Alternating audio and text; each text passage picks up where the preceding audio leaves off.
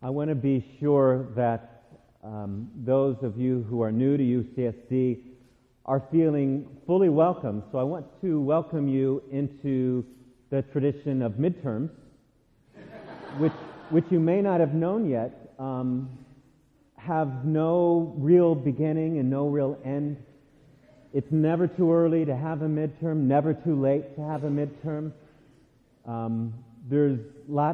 We have interesting math here. There's many midterms sometimes. So here's a little quiz for everybody. Since the Pharisees were testing Jesus, I thought I'd test you about our anniversary. So first of all, and I'm going to give you 4 possible answers for each, but I'm not going to repeat them, so you can't wait to raise your hand. When you hear the right answer, raise your hand, okay? Go ahead and be risky. Play along. So our theme this year, our theme for the year, every year we have a theme, is Lord, I do believe, help my unbelief. Proclaim a year of favor. Proclaim a year of favor. Proclaim a year of favors. Proclaim a year of flavors. Yes. Let's make that happen. So A and B are both right. I mean, still officially we're still in the year of Matthew, and so yes, Lord, I do believe, help my unbelief. But we felt like we needed to unveil the new theme since we're already beginning our anniversary year. So proclaim a year of favor. Now, which anniversary is it? Is it 25? 75? 800?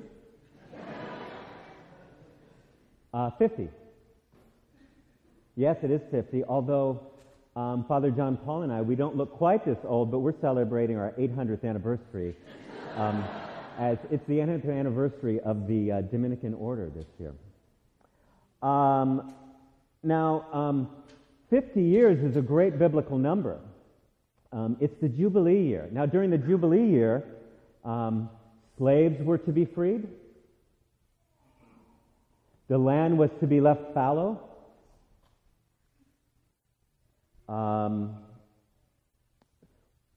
People weren't supposed to work the land. People are really holding back on this one. All 4? All 3? All 3? Yeah, all of those things are true about the Jubilee year, or at least were intended to be true. Now, each month during our anniversary, we celebrate a different value that we've held dear over these many years as a Newman community. This month's value is doing justice. What, nobody likes justice? It's welcoming and reaching out. It's cooking and eating. It's salsa dancing. Some of you will find out we have a little bit of a salsa cult that's part of this Newman community. Next month is doing justice, although every day is a good day to do justice. This month it's welcoming and reaching out, although we're always doing a lot of cooking and eating. Now, Jesus responded to this quiz by not doing what we might expect, which often he'll return a question with a question, but he'll take the opportunity to say whatever he really wants to say, right? And so they say, well, is it permissible for a man to divorce his wife? And he said, well, what did Moses say?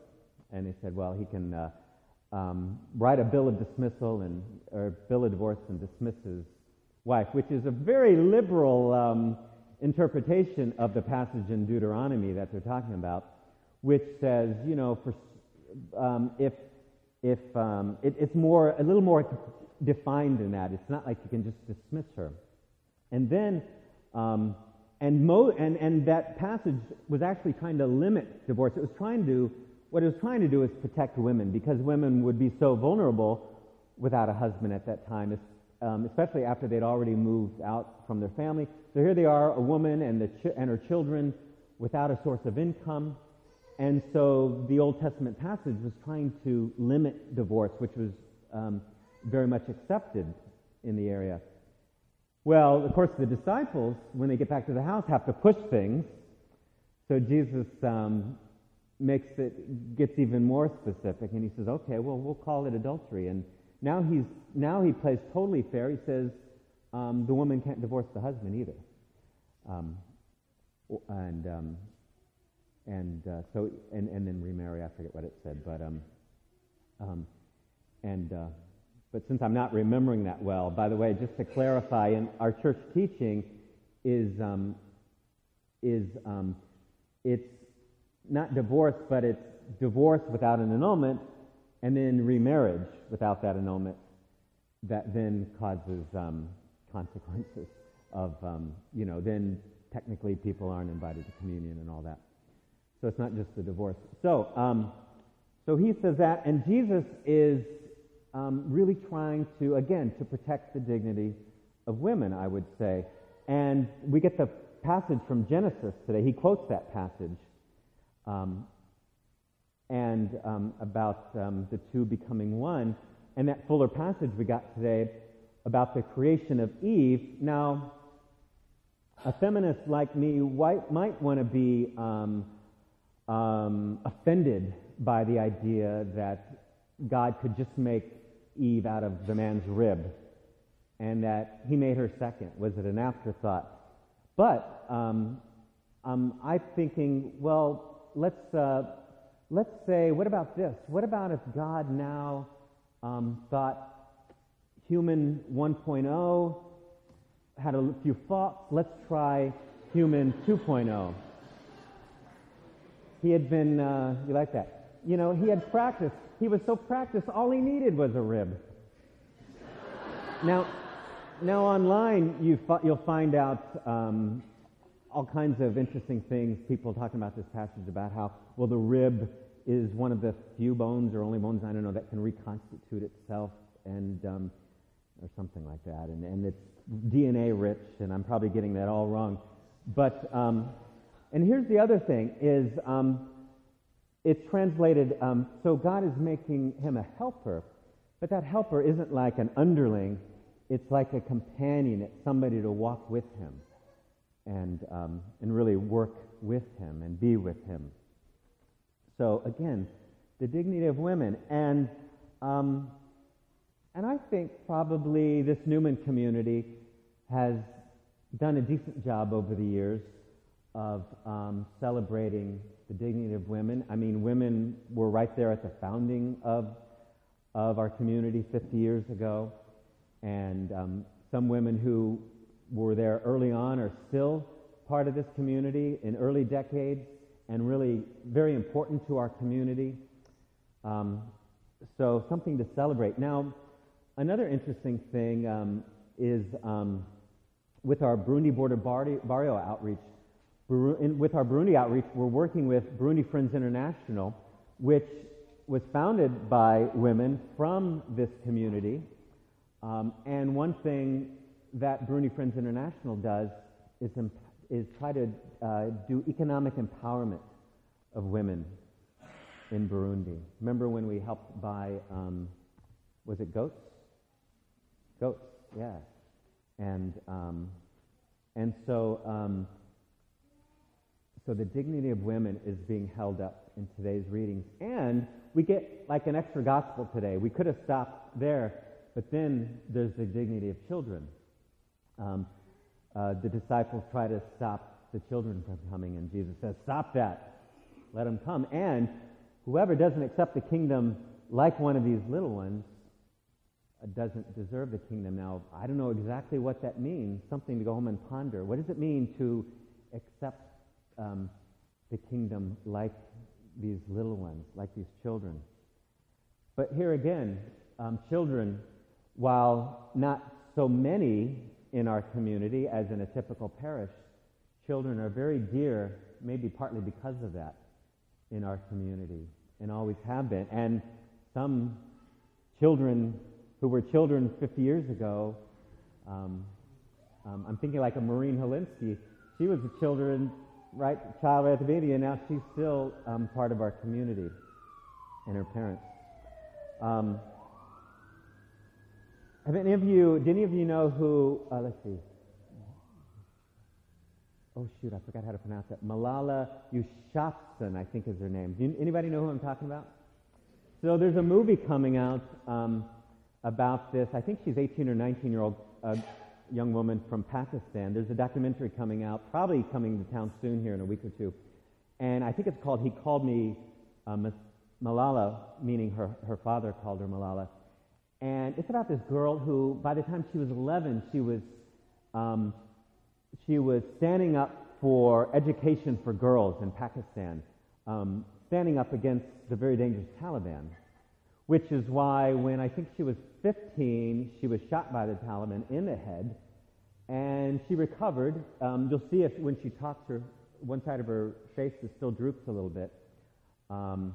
And then I think it was maybe when she was 17, a year or two ago, she was awarded the Nobel Peace Prize and some other big prize. And in Afghanistan, she was awarded a big prize the year before that. And now she's still speaking out, even after being shot.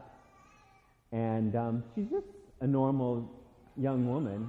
In fact, I heard the other day she's a C student. And here she is speaking out for education. She's probably too busy to study.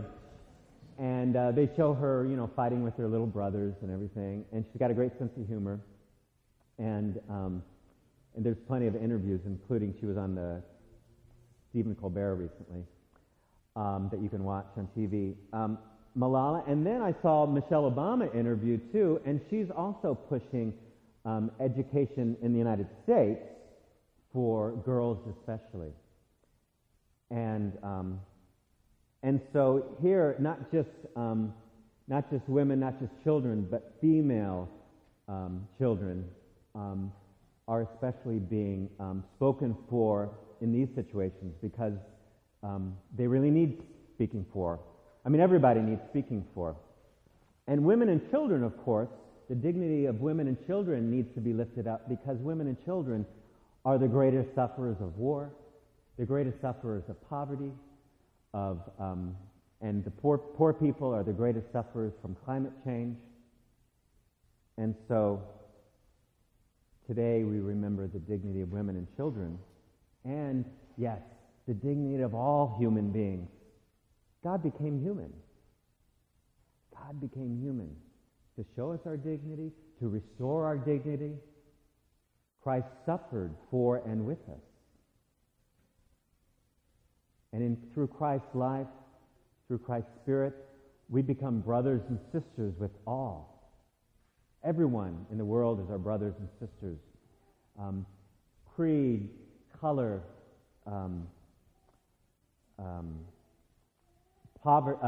rich and poor, sexual orientation. Everyone is our brothers and sisters. Everyone, no matter what flavor, needs the favor of God proclaimed to them.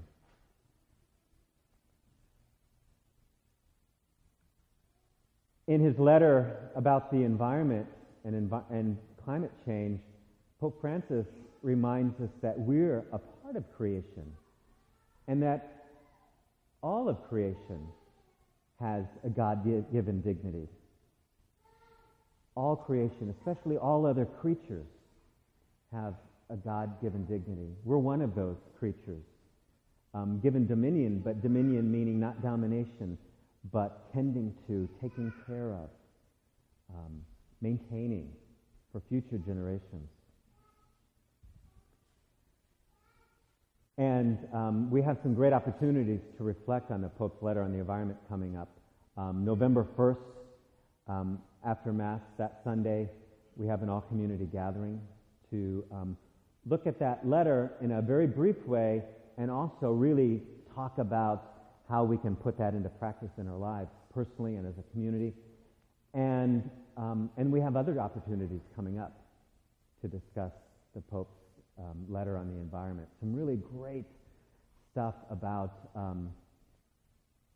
our dignity with all of creation, about freeing us in new ways that maybe we haven't thought of before. So this whole year is a year for us to proclaim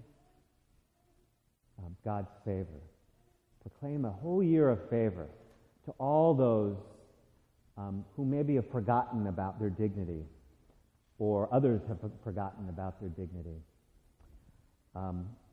And today in particular is a great way to take some next steps in proclaiming a year of favor. We have our quarterly ministry fair in the hall, right? After, so along with the Italian food, we have a chance just to browse all those ministries, see how is God calling each of us in these coming months and year to perhaps proclaim God's favor. Now, Jesus doesn't ask a question in today's gospel, but I thought if he were talking to UCSD students and a UCSD community and their friends like this gathering, he would definitely give a midterm. And so here's the midterm today that he emailed me for all of us. How will you this year proclaim a year of God's favor?